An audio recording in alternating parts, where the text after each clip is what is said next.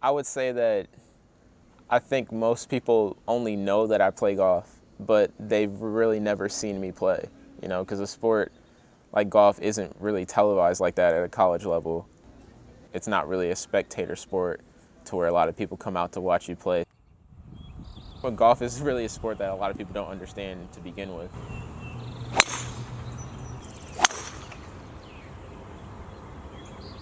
All right, that'll be fine, Jay.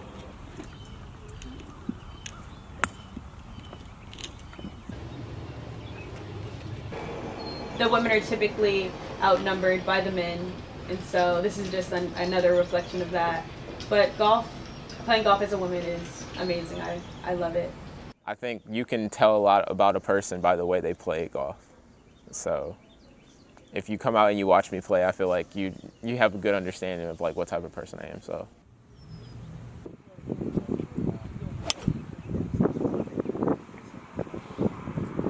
Jordan's golf play is just very consistent. He doesn't make a lot of mistakes. You know what you're going to get out of Jordan every time he tees it up. He's going to he'll never shoot something very high. It always very consistent with scoring. And he's been like that for all 4 years. He's just on the green, 2-putt, makes par. And then sometimes he'll get hot and make some birdies, but he never really makes a lot of big numbers. He keeps his mistakes to a minimum.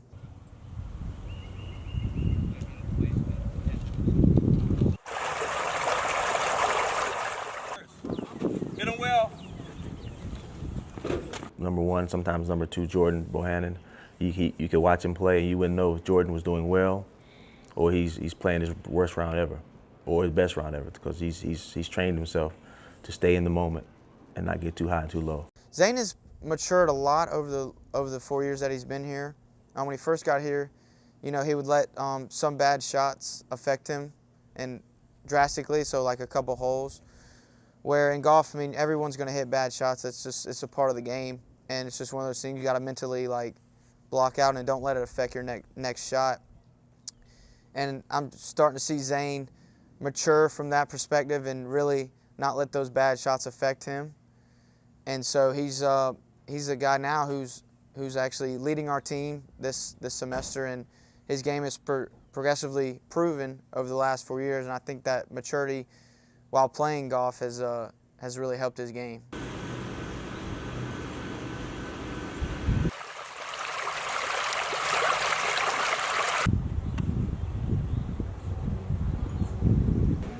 You have to learn the difference of the things you can control and the things you can't control, because you can't just blow up and get all upset because you hit a bad shot, because it's just going to unravel your entire round. You have to learn to just let things happen. Bad things happen. You just pick yourself up and you keep going.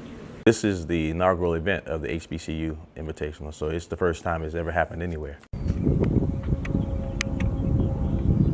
Actually, the HBCU Invitational symbolizes the Black College Golf Association coming together and creating an event, actually several events for ourselves. We've often gone to other events for other organizations, but we're deciding now, and this is a crucial time in our lifespans as golf programs, to come together and create our own events and support our own events. This tournament, we only had 2 women teams. It was us, Hampton University, and University of Maryland Eastern Shore. So we were just playing in twosomes. Us and the Maryland Eastern Shore team, we get along great. Being that it's a match play event, it was something a little different than we generally do. We generally do a stroke play, but this is a match play event with a stroke play little side to it, but we want this to be the premier match play event for HBCUs. The funny thing about college golf is golf's still individual, but we play a team sports, because even if you have a bad round personally, you need to help your team. It's never done.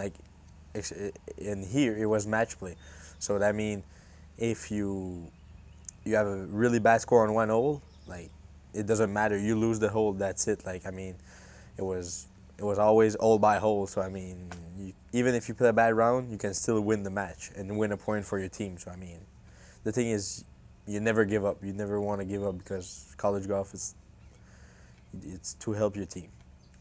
I think a lot of players had the capability to go under par in this tournament, but we didn't see too many under par because the course was really tough. Yeah, the course was playing really tough. Yeah, and I think that's how it is. The ball was rolling, the fairways are hard, so it was tough to keep the ball in place. So yeah. This was my first time playing at Eagle Ridge Golf Club. The course was in great shape. I really liked the course, but it was very hilly. So to have to walk 36 holes with constant elevation change and constant slopes, it was definitely challenging. The layout of the golf course is what you would call a championship layout. And what that means is for one, it's 7,000 yards from the back tees, which is a pretty long distance. A lot of our members here won't play all the way back just because of the length, and that length is close to a pro level length for a golf course. And there's a lot of undulation, like you said, with the slopes, which makes a course more difficult just because of the yardages you have to accommodate for the height or the depth of a green, or like some shots may be way uphill, some may be way downhill. It just adds to the difficulty of the golf course. My first impression was it looked very dry. I guess the grass is very dormant at the moment, so it just came off as brown, and where I've been practicing in Alabama it's been really green. But people out here are very friendly. I'll say the golf course is very tough, especially when the wind starts blowing. You know, although it has 5 par 5s and gives you opportunities, they aren't very easy par 5s. I'd say this could possibly be the toughest course in regards to the par 5s. Hilly courses are hard to walk, and walking 36 yesterday was tough, so I'm glad I still played solid throughout, you know, the fatigue part of the game. But yeah, man, I mean, it was a pretty tough course, but for some reason it seemed to fit my game, so I played pretty well. Eagle Ridge is very good. It's cut very nice. I know it's the winter time, so the grass is dormant, so things are rolling pretty fast. They got it in pretty good shape for the time of the year that they're in, for the up and down weather that they have. I know it's cold one day, warm the next. It's pretty tough to keep the golf course up. They do a pretty good job. You make friends, you want to be nice with everybody. Like it's not like a sports like football or another sport like that. It's a gentleman's sports, I can say. So I mean, maybe it makes a better person. Maybe it makes a better person of me in life. I'm not sure because I play golf, but maybe it makes you a better person, I guess. Golf for me has provided several opportunities for me. Like, for example, I'm here on a scholarship, partial scholarship. I mean, it's definitely cut the cost of a lot of things for my parents, especially my time in college. I've been very lucky to get to travel around the world playing golf, you know, visit almost every continent on this planet, except for one now. And I've got the opportunity to meet a lot of people who I believe one day can help me out, you know, in the business world when I try to connect out. Like, it's really helped me with my networking. Well, the game of golf is very close to life. It can be really frustrating, it can be very rewarding, but I love the game of golf. It's very challenging, it's very tempting, and it's like, game of golf takes a lot of discipline, a lot of mental strength. It's more mental strength than physical strength. And for us college golfers to play 36 and then 18 competitive rounds, it's not easy. It's not easy at all. But it's a great sport. You get to learn a lot of things. It's about integrity. It's a sport of integrity, honesty, discipline, respect. All, like, those who love golf all know that, like, they know how good it is and what relationship it has to life. Like, after I started playing golf, my life changed. It's not the same anymore. Golf is something that I'm always gonna, you know, be able to fall back on, that will benefit me no matter what I decide to do, whether it's, you know, work at a golf course or, you know, have some type of position in a country club or golf company or something like that, or play, you know, competitively at the highest level. It's just a sport that, you know, I feel like everyone enjoys playing.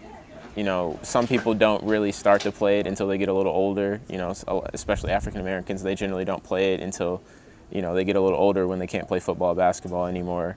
And I hear this all the time when I'm on the course and I see, you know, some African American guys, they'll be like, I wish I would have started when you started. And I don't take that lightly.